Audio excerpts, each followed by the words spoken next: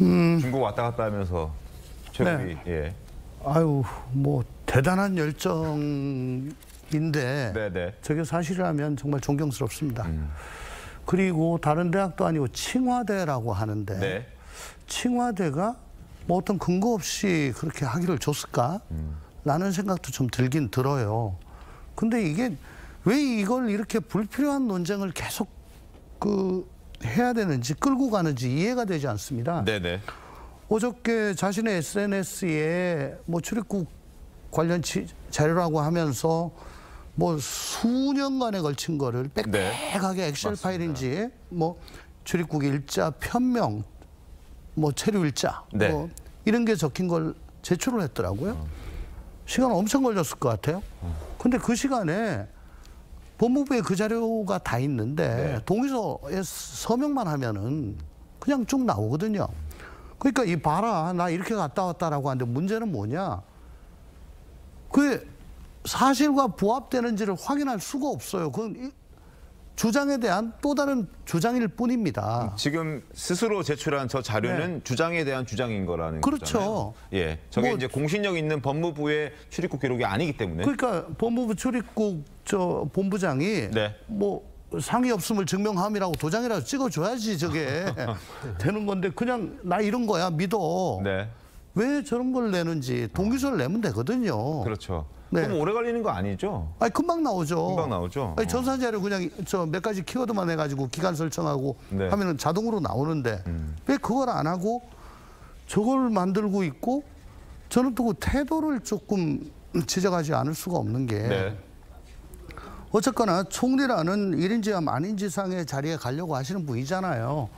아무리 뭐 야당 쪽에서 좀 기분이 안 좋게 그렇게 뭐 요구를 한다고 하더라도 어쨌든 후보자입니다. 입증 책임은 사실은 저는 후보자한테 있다고 봐요. 그러면 저 그때그때 계좌라든가 혹은 저 이런 출입국 기록 같은 이런 거는 뭐 어떻게 만들 수가 없고 당사자 본인이 동의하지 않으면 안 나가는 건데 이런 걸 협조를 해야지. 그 시간에 SNS를 하고 또 친여 성향의 유튜브에 나가서 뭐 오히려 역공을 취하고 이게 과연 청문 후보자로서의 자세가 맞는가? 지금 너희들은 내란 세력 혹은 내란 동주 세력이야. 니네들 스스로 돌아봐야지 왜 나한테 그래라고 주장을 하는 것 같고 지지자들한테 그렇게 굉장히 호소를 하는 것 같은 그런 느낌이 들어요. 그래서 태도가 저건 좀 안 맞다라는 그런 생각이 듭니다. 출입국 기록을 보여달라고 했지만 그건 아직까지 공개되지 않았습니다. 다만 김민석 후보자가 직접 작성한 당시 그 기간 동안에 중국을 오갔던 기록을 보여주긴 했거든요. 자, 김광석 변호사님 어떻게 보셨습니까? 근데 이제 이 부분은 좀 약간 의문이 있어요. 왜냐하면 로스쿨, 미국 로스쿨 이제 3년 과정을 다녔고 그다음에 칭화대 로스쿨 1년을 다녔다고 그러잖아요. 근데 이게 사실 우리나라하고 미국도 아니고 지금 중국하고 미국이잖아요.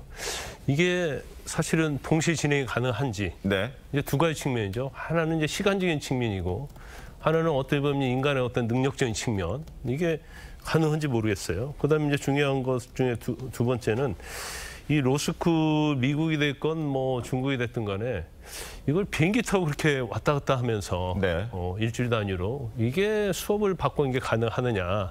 더구나 미국 같은 경우에는 적어도 뭐 최하 뭐 12시간, 14시간 더군다나 또 학교까지 가려고 하면 보통 15시간 정도 걸리거든요.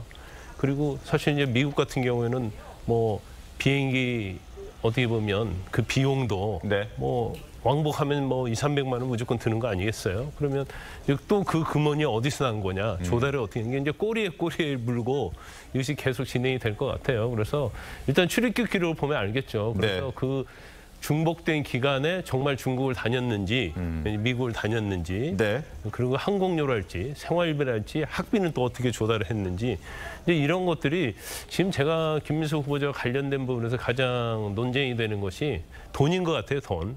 그러니까 수상한 돈의 흐름. 본인이 이제 수입이 없었다랄지 수입이 있었다 하더라도 어떻게 보면 국회의원 수입 한 1,000만 원 정도인데 이 돈을 가지고 뭐 정말로 이런 행위들을 전부 다 할 수 있었는지 아마 그런 부분들이 청문회에서 아마 지적이 될 것 같고요. 네.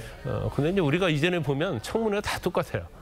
미리 사실은 돈이랄지 뭐 출입국이랄지 이런 것들은 사실은 미리 자료 제출할 수 있는 거거든요. 근데 대부분 이제 우리가 인사청문회 보면 그 전날, 네. 또 저녁 늦게 아니면 그 다음 날 거기서 왜 자료 안 내냐고 추궁하면 뭐 점심시간. 근데 사실 그 자료 내면 복잡하기 때문에 이걸 분석해가지고 해석할 수가 없어요.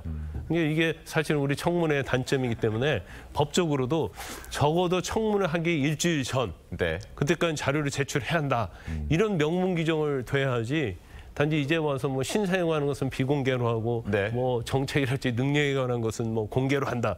이런 민주당이 어떤 뭐 법률을 제정했다는 것은 맞지 않다 이렇게 봅니다.